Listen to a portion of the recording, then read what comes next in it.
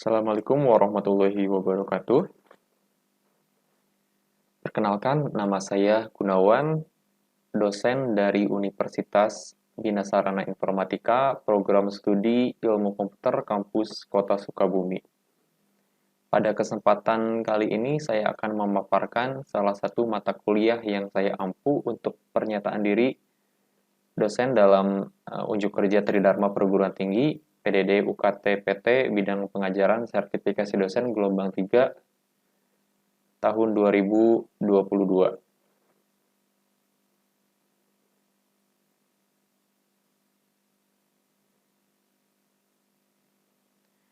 Oke, pada video kali ini saya akan menjelaskan salah satu mata kuliah yang saya ampu, yaitu Teknologi Web Service atau biasa disebut dengan TWS, di mana mata kuliah ini merupakan jenis mata kuliah teori dengan bobot SKS yaitu 2 dan diajarkan kepada mahasiswa pada semester kelima program studi ilmu komputer di kampus Bina Sarana Informatika.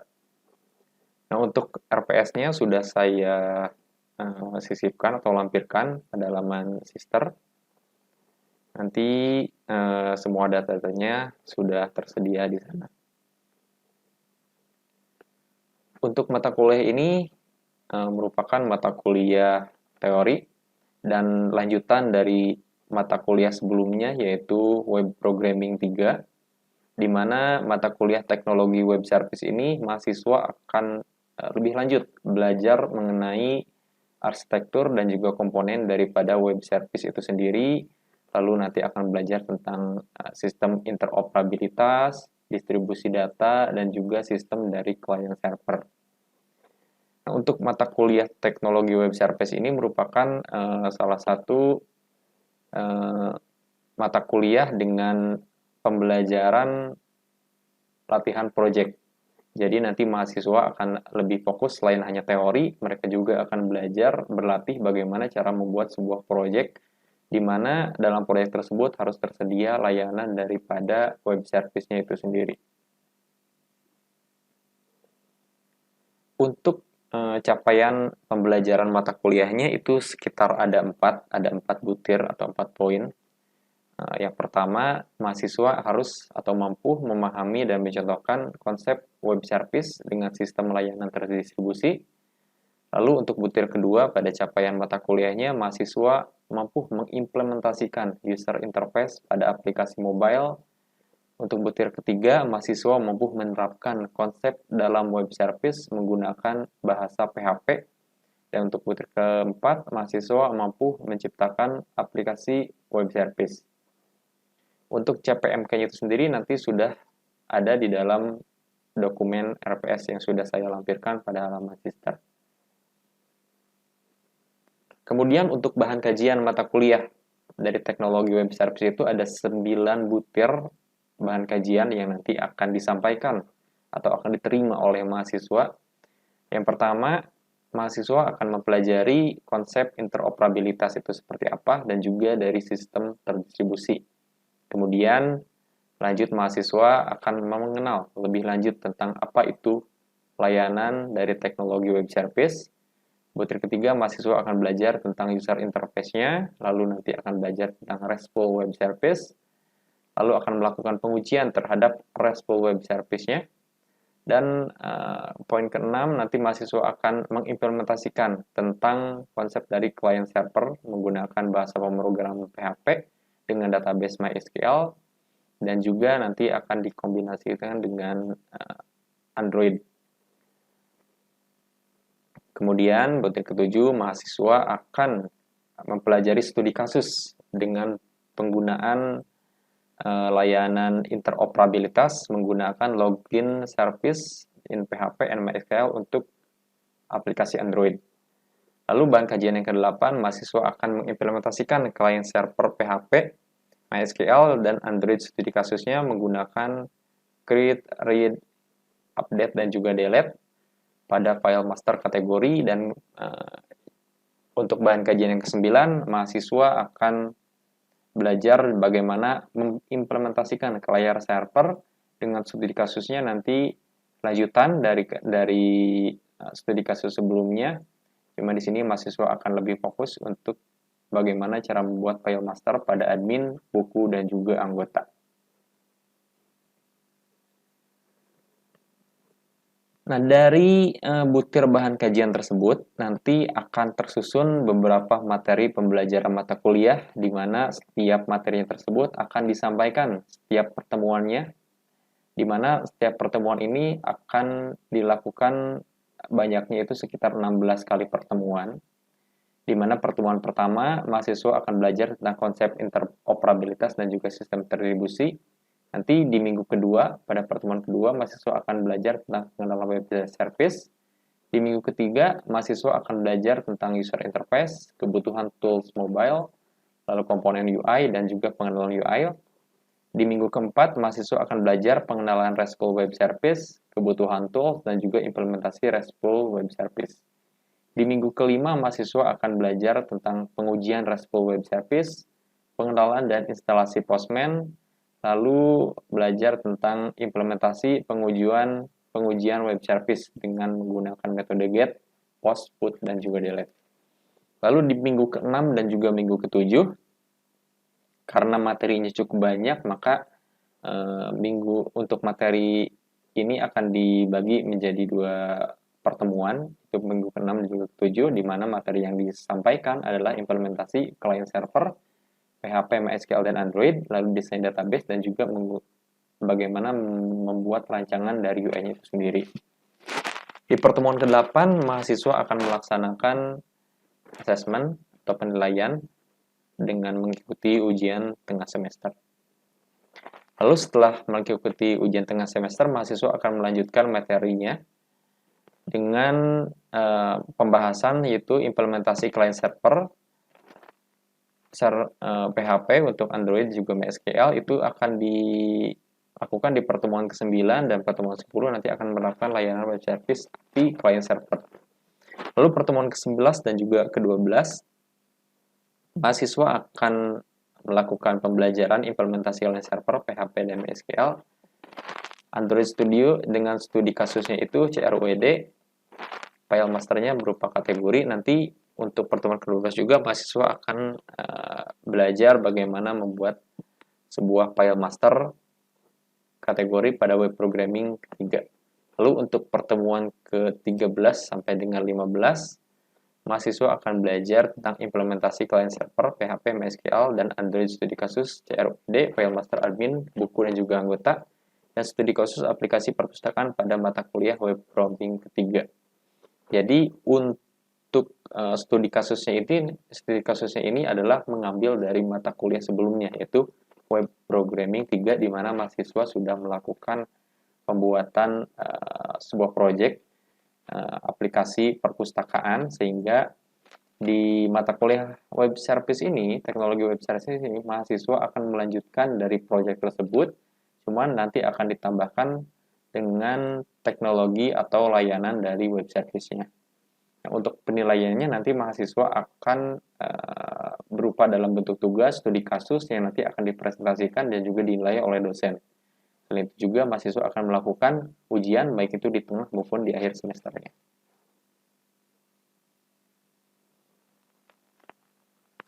Nah, untuk penilaiannya itu nanti akan ada penilaian tes tertulis yang dilakukan pada ujian tengah semester dan ujian akhir semester. Kemudian nanti akan ada tes kinerja, praktek, yang dilakukan di mana mahasiswa membuat sebuah proyek atau lanjutan daripada proyek yang dikerjakan pada semester sebelumnya di mata kuliah web programming, di mana mahasiswa membuat sebuah proyek dalam bentuk berupa aplikasi perpustakaan yang nanti akan dilanjutkan, kemudian akan dipresentasikan hasilnya, nanti akan dilakukan asesmen oleh dosen. Lalu untuk bobot penilaiannya itu nanti dari kehadiran akan diambil sekitar 20%, dari tugas akan diambil 25%, dari UTS 25%, dan dari UAS nanti akan diambil bobot penilaian sebesar 30%. Lalu untuk pengajarannya ini dilakukan secara tatap muka di kelas, di mana mahasiswa datang ke kampus lalu mengikuti pembelajaran seperti biasa.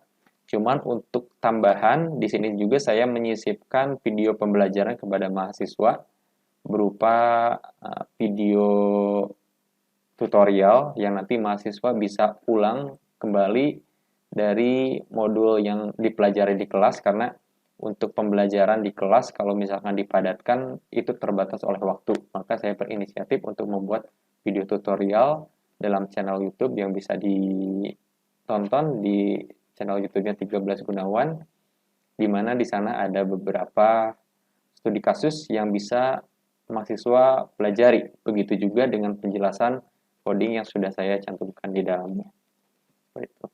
Nah, selanjutnya saya akan tampilkan berupa video pembelajaran atau video pengajaran yang sudah saya lakukan di kelas kepada mahasiswa-mahasiswa semester 5 program studi ilmu komputer pada mata kuliah teknologi web service.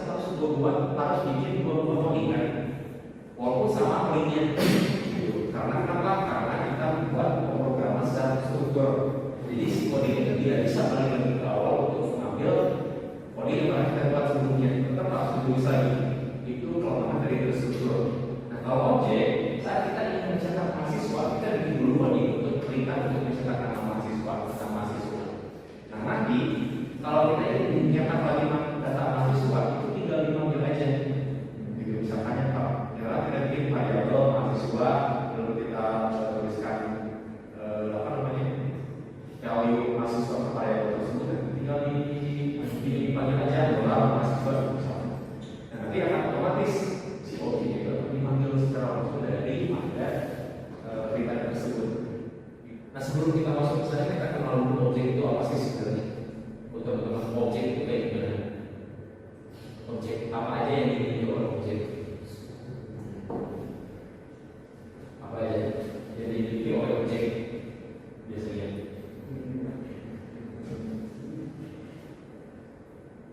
Objek seperti kalian.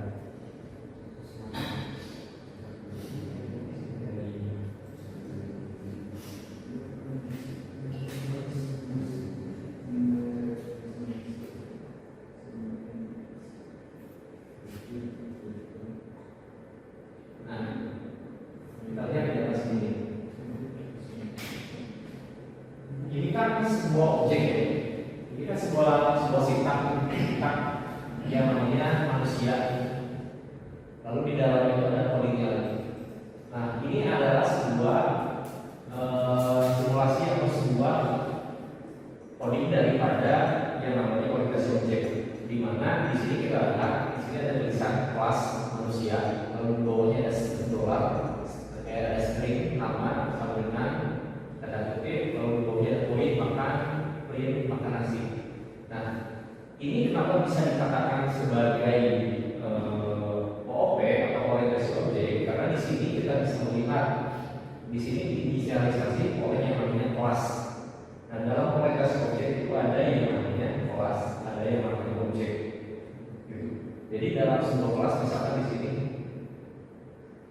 kelas manusia gitu ya. Objeknya nanti ada, ini belum ada objeknya. Jadi sebenarnya kalau misalkan satu ini bisa kelas manusia ini bisa disebut dengan objek juga.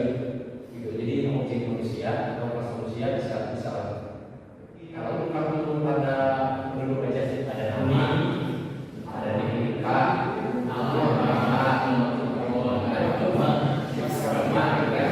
gender, belum ada dan sebagainya.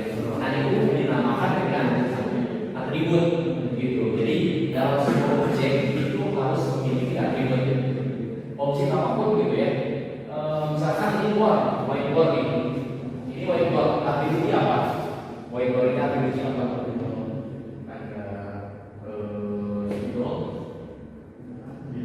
Whiteboard dulu, sebelum lagi apa? Kalau teman-teman lihat teman-teman lihat dari sebuah whiteboard ini warna apa? Papan, ya warna tinggi, lebar, juga kan? Ya, itu adalah identitas yang dimiliki oleh whiteboard ini. Gitu. Jadi atribut adalah identitas yang melekat terhadap objek tersebut. Yang harus diperhatikan di sini, di dalam itu saat kita memberi nama judul terhadap file itu tidak bisa menggunakan huruf uppercase, huruf besar, huruf kapital. Itu harus menggunakan huruf kecil. Nih seperti ini misalkan, saya kan memiliki nama file kan OOP itu huruf besar semuanya, itu tidak boleh. Di situ ada peringatan warna merah dan project name to be all lowercase. Ini harus huruf kecil semuanya. Gitu ya. Nah, di sebelah kiri bawah di sini ini adalah proses yang bisa teman-teman lihat saat sidang ini dimulai proyek yang akan kita buat.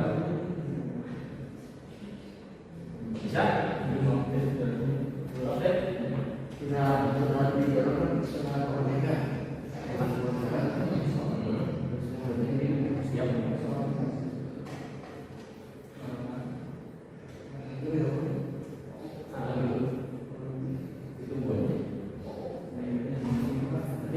Nanti kalau misalkan sudah beres, teman-teman lihat di sebelah kiri, di paling sebelah kiri, nanti ada editor seperti itu ya, explore-nya. Nanti ada beberapa file yang sudah kita buat tadi. Saya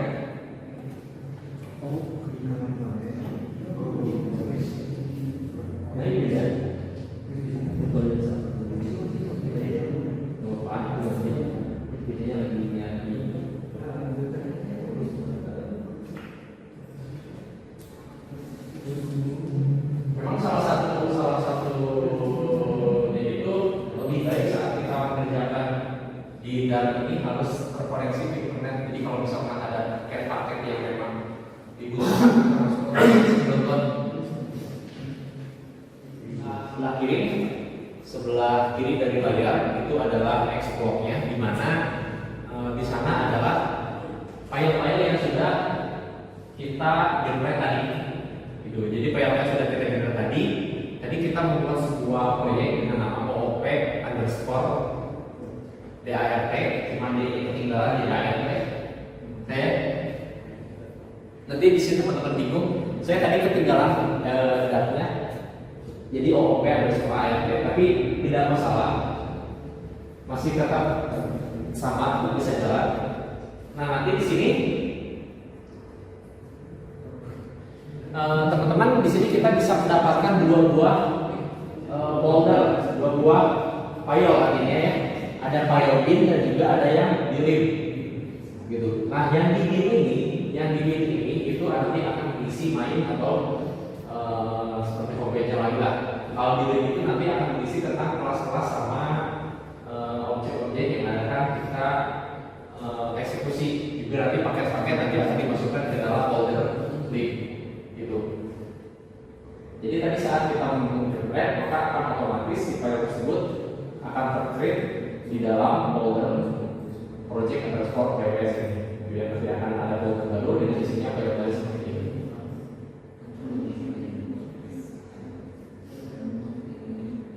Nah, ini adalah template bawaan daripada konsol application yang sudah tadi kita buat dari data ini. Ini yang paling atas adalah import paket. Jadi saat kita akan menjalankan programnya di sini, kita harus import paket terlebih dahulu, gitu ya. Jadi adalah paket OPA /OPA.dar, gitu ya. Nanti di bawah ini adalah mainnya atau yang akan kita jalankan. Jadi saat kita jalan, kita coba running dulu ya. Untuk menjalankan atau runningnya itu, teman-teman ada di sebelah kiri atasnya. Ini ada gambar play gitu ya. Bisa dipilih, kita pilih yang run without loading aja. Lalu di sini di depan konsol nanti akan muncul perintah yang kita tuliskan di sini. Nanti munculnya seperti apa? Nah, munculnya adalah seperti ini ya. Hello world, titik 2, 42 tanda seru.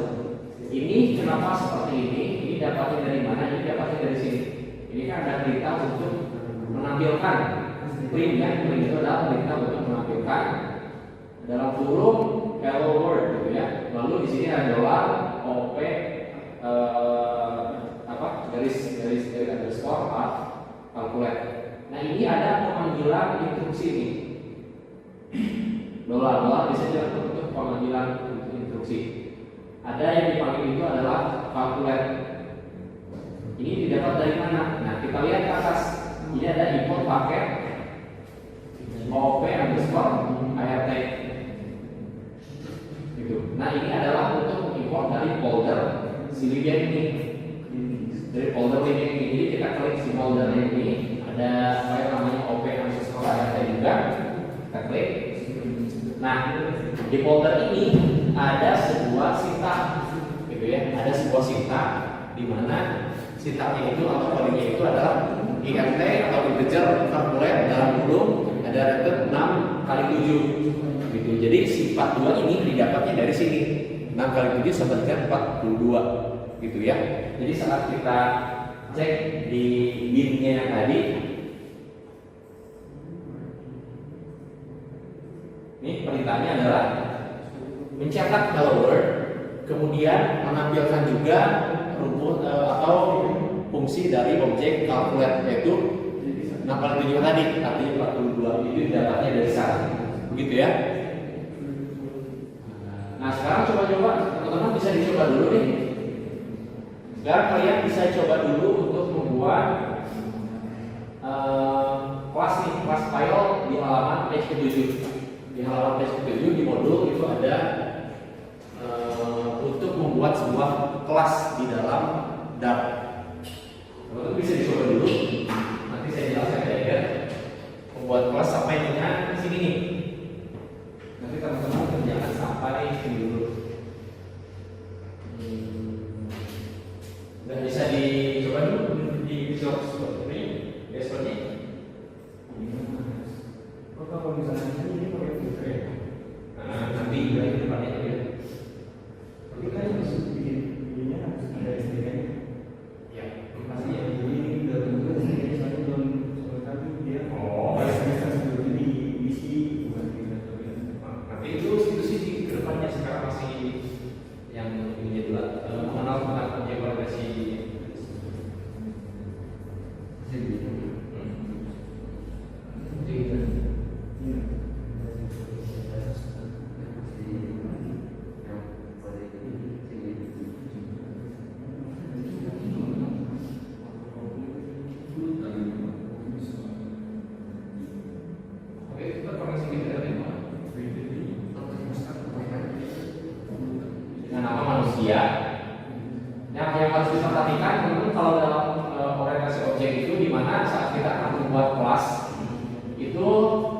awal dari penamaan kelas itu harus menggunakan huruf besar.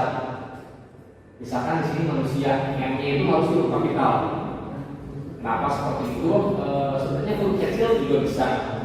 Cuman biar menjadi tanda saja bahwa oh ini adalah kelas. Nih teman-teman nih, biar recall dulu lagi, biar nanti nggak pusing kepalanya gitu ya. Nah di sini kan saya buat sebuah kelas dengan nama manusia, gitu ya. Kelas dengan nama manusia.